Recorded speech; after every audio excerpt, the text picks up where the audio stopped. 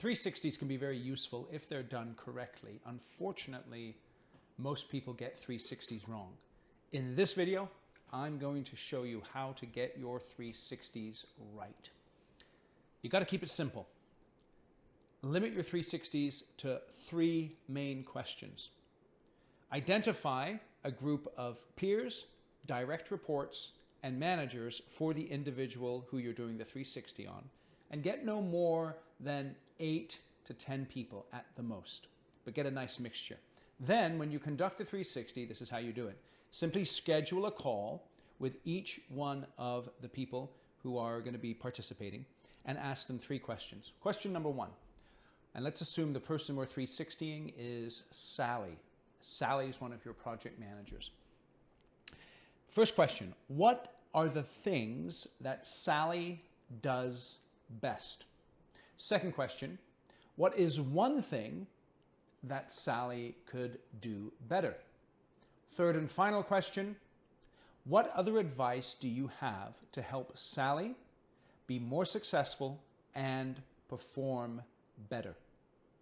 And then the final question, do you have anything that you'd like to add? So you really got 3 main questions with a 4th at the end. Now, this is the key.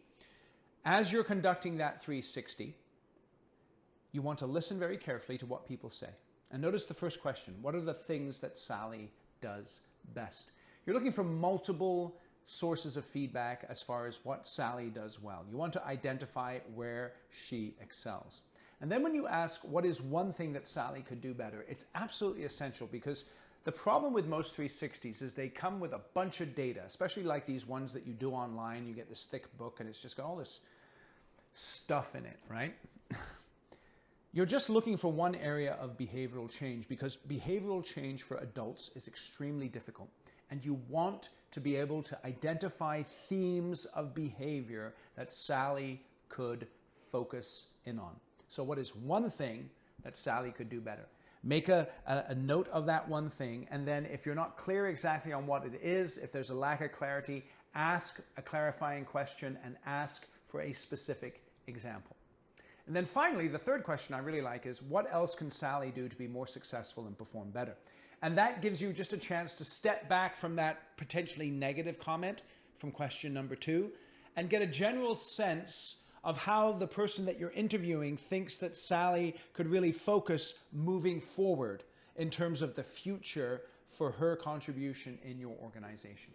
So keep your 360s super simple. And then when you debrief them with Sally, what you want to do is get a summary of those 3 questions with the feedback from each person, and make sure that you do it in such a way so you anonymize, I think that's the right word, the people's feedback, and then get together with Sally and identify that one behavior and talk about with her, how is it that she can implement that behavioral change in a way that people can observe.